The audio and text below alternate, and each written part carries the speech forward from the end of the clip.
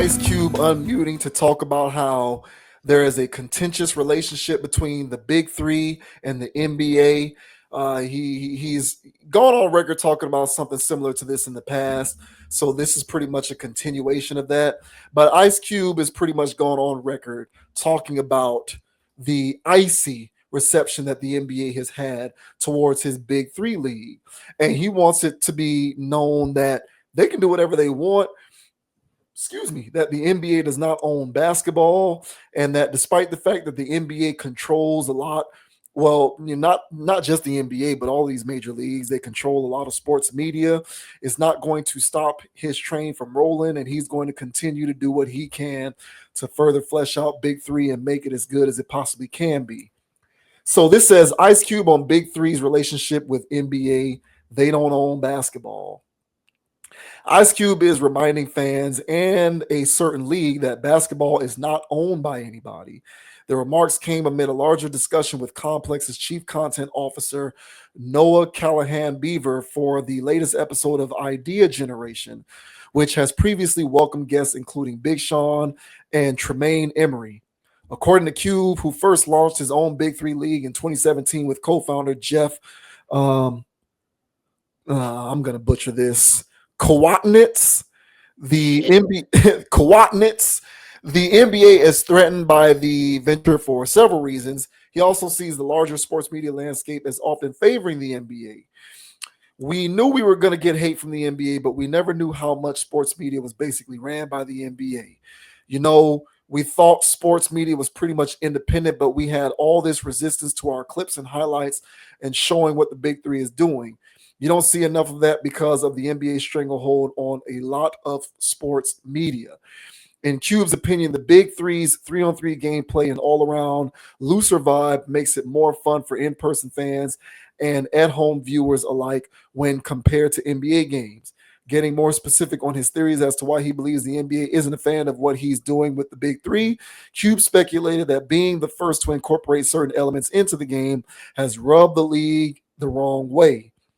They didn't think of that, and we changed the game without asking permission. They probably didn't want us to do the 4-point circle. They probably hate that we was the first to embrace mental health, allow CBD use, have women head coaches.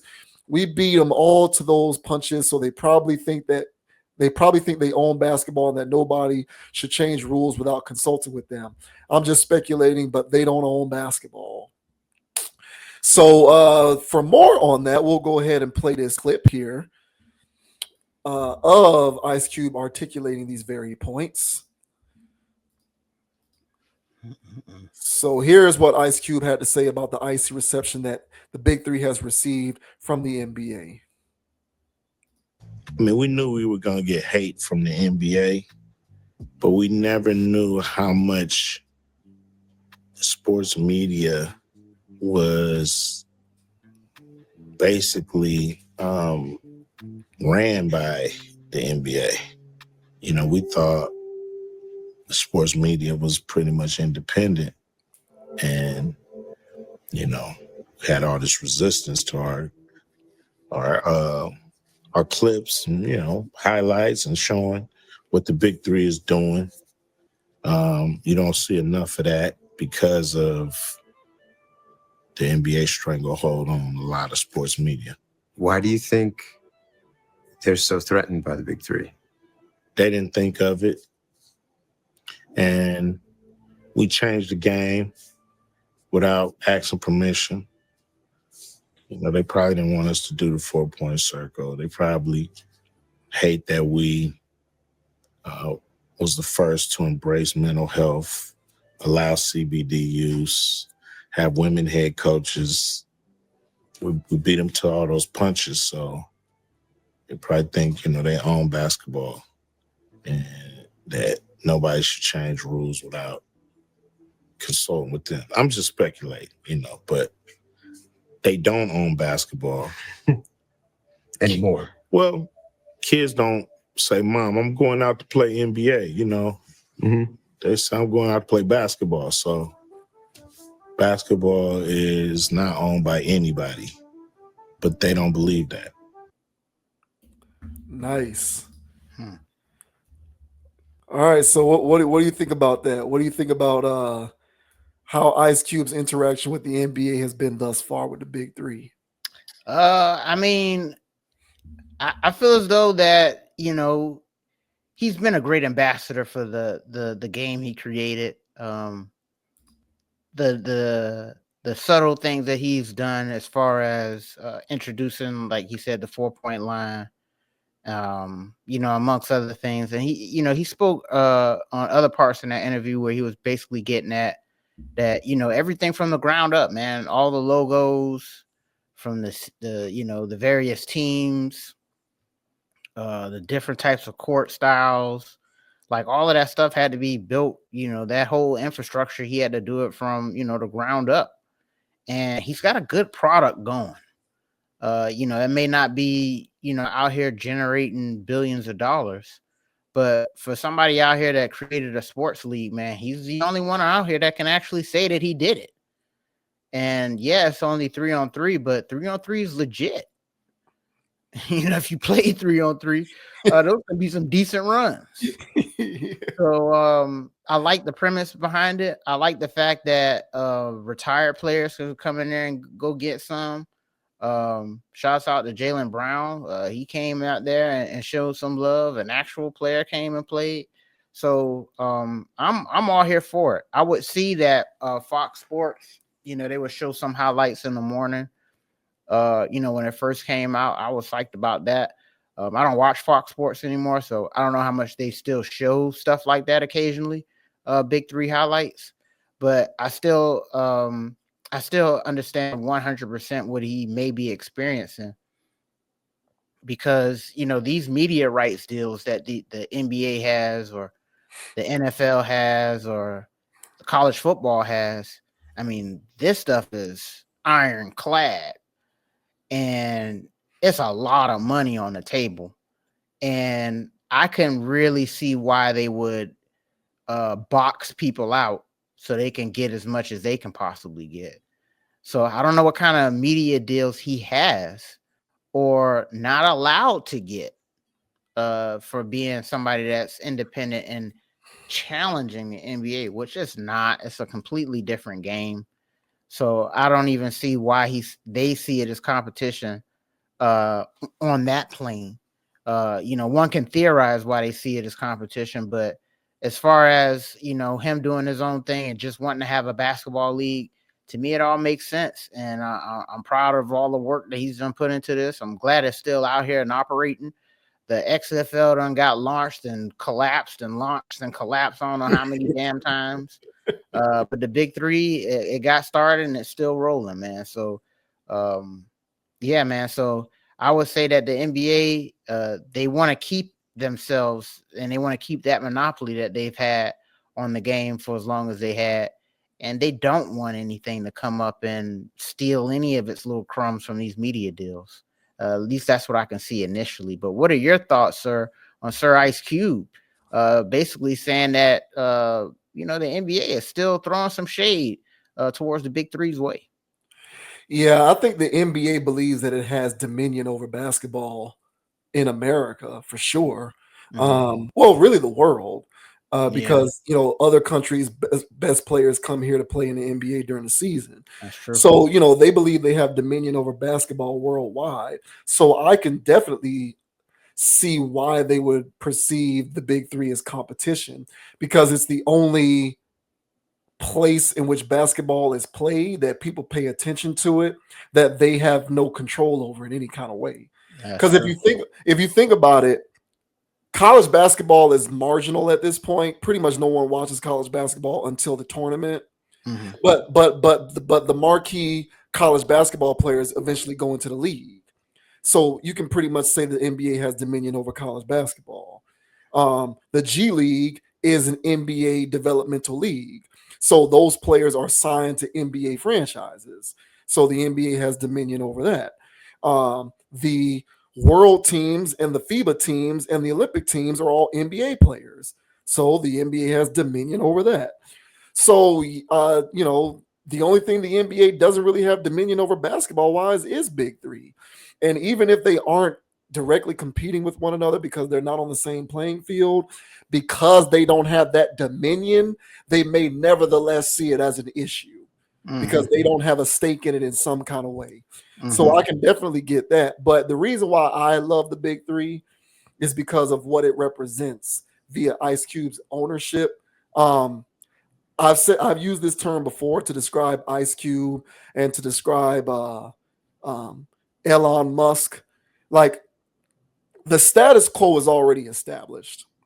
So if you're not a part of the in crowd, if you're not a part of those boards of directors, and if you don't have those stock options already, you're going to be on the outside looking in, and you're not going to be able to do anything about it. If you're not a part of the network, the good old boy network, you're not going to infiltrate the cabal and become successful. So the only way that you can become successful is by creating something of your own and being willing to be a disruptor in those marketplaces. And the way that you understand that you're successfully disrupting the marketplace is if the status quo has a problem with it. If the NBA really felt as though the Big Three was not a threat, they wouldn't be, issuing embargoes on the marketing of the Big Three on their media partner channels like ESPN, for example. There's a reason why you never see Big Three highlights on ESPN. And the reason is ESPN is a media partner with the NBA.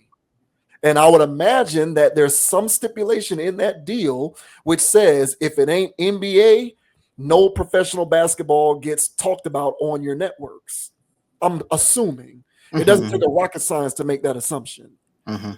They wouldn't feel the need to make those stipulations if they felt as though the Big Three was just this little thing over in the corner that didn't pose some kind of a challenge, which says to me that Ice Cube is successfully disrupting the apple cart. And that's the only way that you're going to get ahead out here. You're not going to walk up in any of these traditional establishments as a non-good old boy affiliate and wreck shop. They're not going to allow it. You're either going to be an employee or you're going to not be involved at all. So if you're unwilling to be an employee because you want to own something for yourself, you have to start your own thing. And you have to be willing to be a disruptor. So I like what Ice Cube is doing because he's a disruptor. And people have their opinions about Elon Musk. People don't like his politics. I don't care about none of that stuff. The guy became what he became by being willing to be a disruptor in a marketplace that was already crowded with status quos. And he was just he made it happen. People thought he was loopy. You're going to build rocket ships? That's a crazy idea until it wasn't anymore. So I hope he institutes a 4-point line, a 5-point line, a 6-point line. Whatever he has to do. During the summertime, I watch Big Three. I watch it because I love watching old, washed-up NBA players still play basketball. Yeah, it's weird. I don't know nothing about it. It's fun. To me, it's fun. It's fun. Yeah. Like I've been getting a kick out of watching Mario Chalmers and Swaggy P play basketball.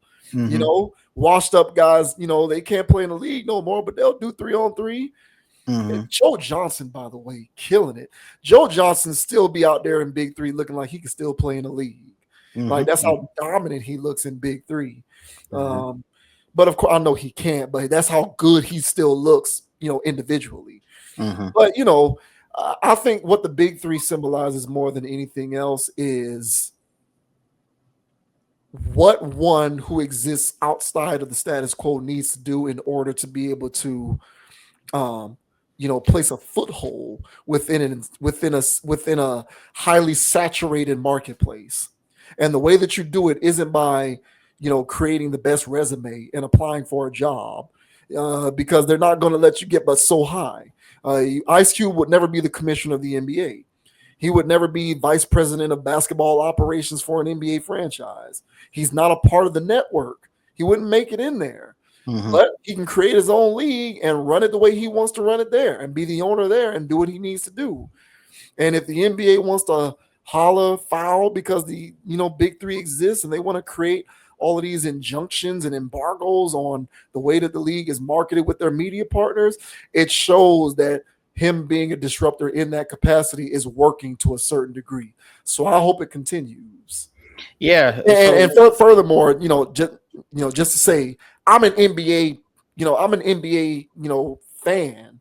Yeah, So, yeah. I'm not going to sit up here saying Big Three is better or I'm watching Big Three and not. I'm watching the league. I'm Yeah, yeah, watching the yeah. league. But what I appreciate is a person willing to be a disruptor in a saturated marketplace that has told him he has no place in this unless he's willing to play ball. I like that.